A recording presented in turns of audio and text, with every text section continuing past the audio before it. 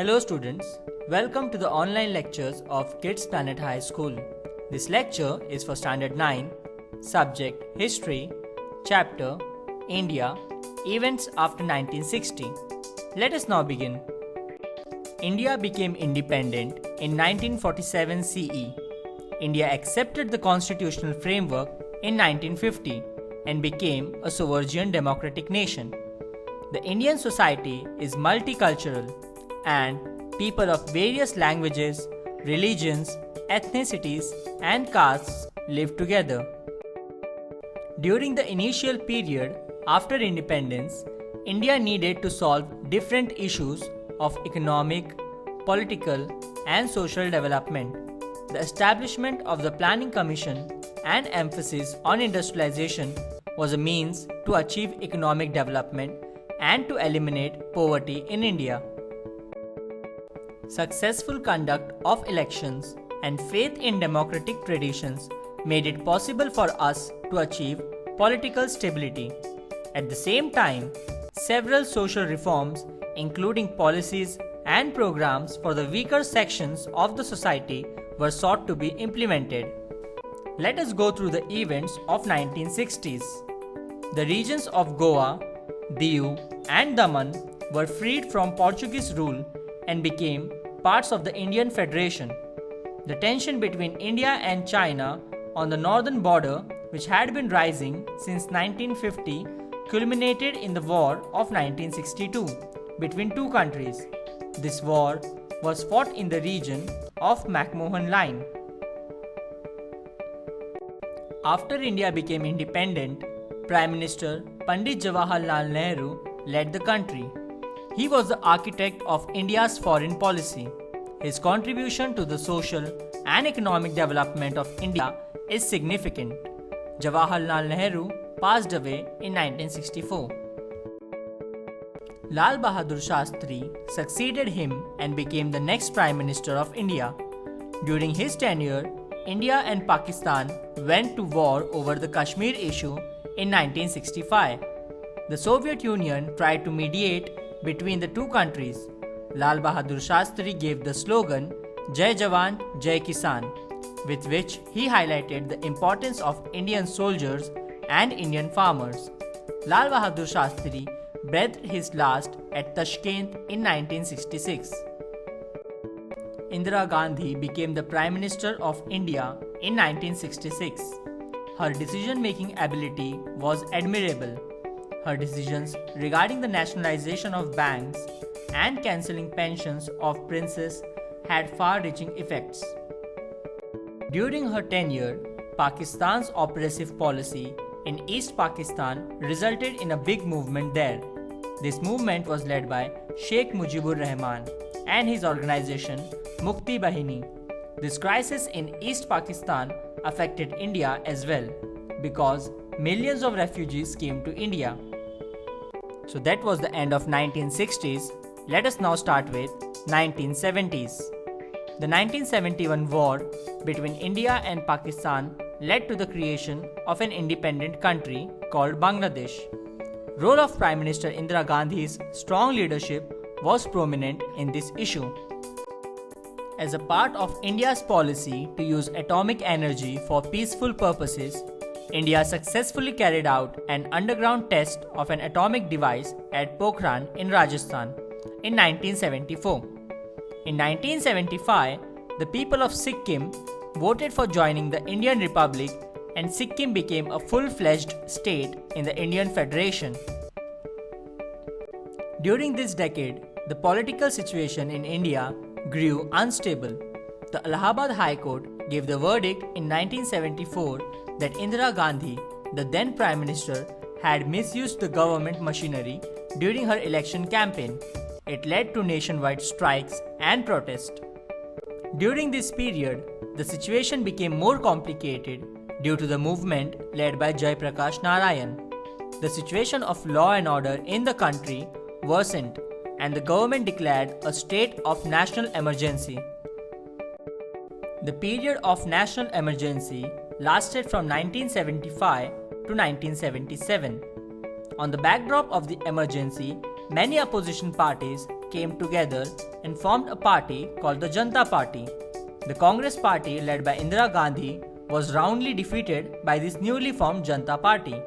Morarji Desai became the Prime Minister, but under his leadership, the Janata Party government couldn't last long due to internal differences. Charan Singh succeeded him, but even his government was a short-lived one.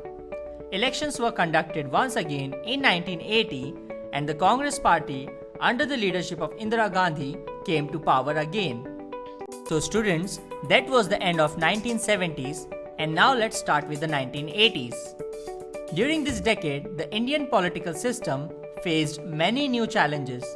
The Sikh in the Punjab demanded an independent state of Khalistan and began a movement which went on to become violent and destructive. Pakistan had lent its support to this movement. The Indian Army was sent into the Golden Temple at Amritsar, a holy shrine of the Sikh, in 1984 to evict the terrorist who had allegedly taken shelter there. One of the bodyguards in Indira Gandhi's personal security assassinated her. During this period, an organization called United Liberation Front of Assam carried on a major movement in the northeast India. Right after Indira Gandhi's assassination in 1984, Rajiv Gandhi became the Prime Minister of India. He tried to make several reforms in the field of Indian economy and that of science and technology. He took the lead in solving the issues of the Tamil minority in Sri Lanka.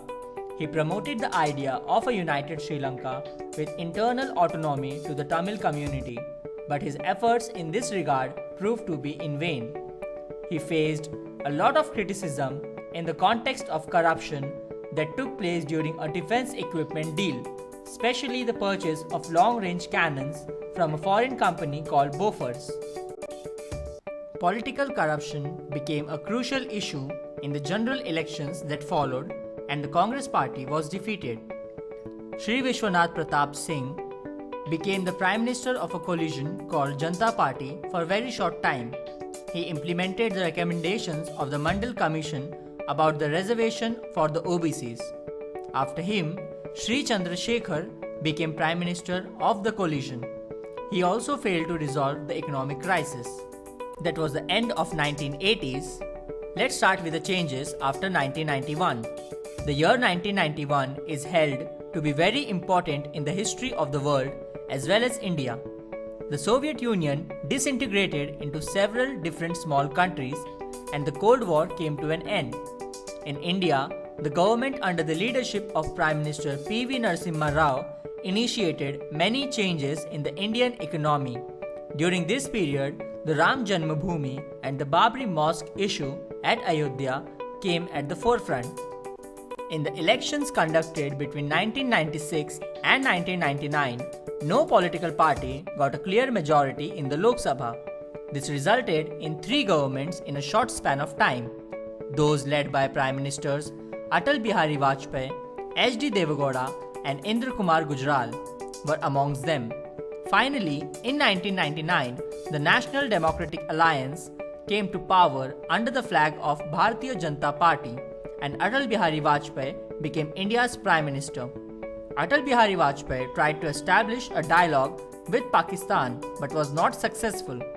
India conducted a number of nuclear tests in 1998 and declared herself as an atomic power. In 1999, there was another war between India and Pakistan in Kargil region over the Kashmir issue. India defeated Pakistan in this war as well. The Indian economy strived for modernization of economy, self-reliance, social justice, eradication of poverty. Planning Commission coordinated 5 years plan. Economic reforms of 1991 paved the way for liberalization of the economy, also called globalization. Information technology opened new avenues of employment. Let us study about the changes which took place in the field of science and technology. Green Revolution by Dr. M.S. Swaminathan and White Revolution by Dr. Verghese Kurian made India self-sufficient in food grains and milk. Dr. Homi Bhabha laid foundation of India's atomic energy program. Use of atomic energy for peaceful purposes like generation of electricity, pharmaceutical, and defense. Aryabhatta, the first satellite, was launched in space in 1975, and many more satellites were launched thereafter. Considerable advancement in the telecom sector was achieved in this year. Several reforms were taken for women empowerment and the betterment of weaker sections. A number of steps were taken for the welfare and empowerment of women. A separate department of women and child development was established. A number of welfare schemes were launched for the weaker sections. Reservation of seats for women in the local self-government bodies were conducted by the 73rd and 74th constitutional amendments. Appointment of the Kakasaheb Kalilkar Commission on the OBCs in 1953. Appointment of the Mandal Commission in 1978. It recommended reservation of seats for the OBCs in public employment and institution. Policy of reservation implemented by government in 1990s helped them to live with dignity, respect, and free from fear and violence. Indian economy paved its way towards globalization.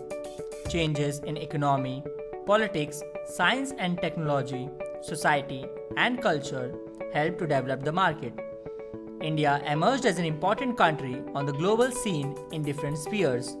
India is also a member of G20 and BRICS. Revolution in telecommunication sector was brought overall. India demonstrated to the world how stable democracy can work successfully. Transformation in the lifestyle of youth, which is visible in their dietary habits, clothing, language, and belief, can be observed.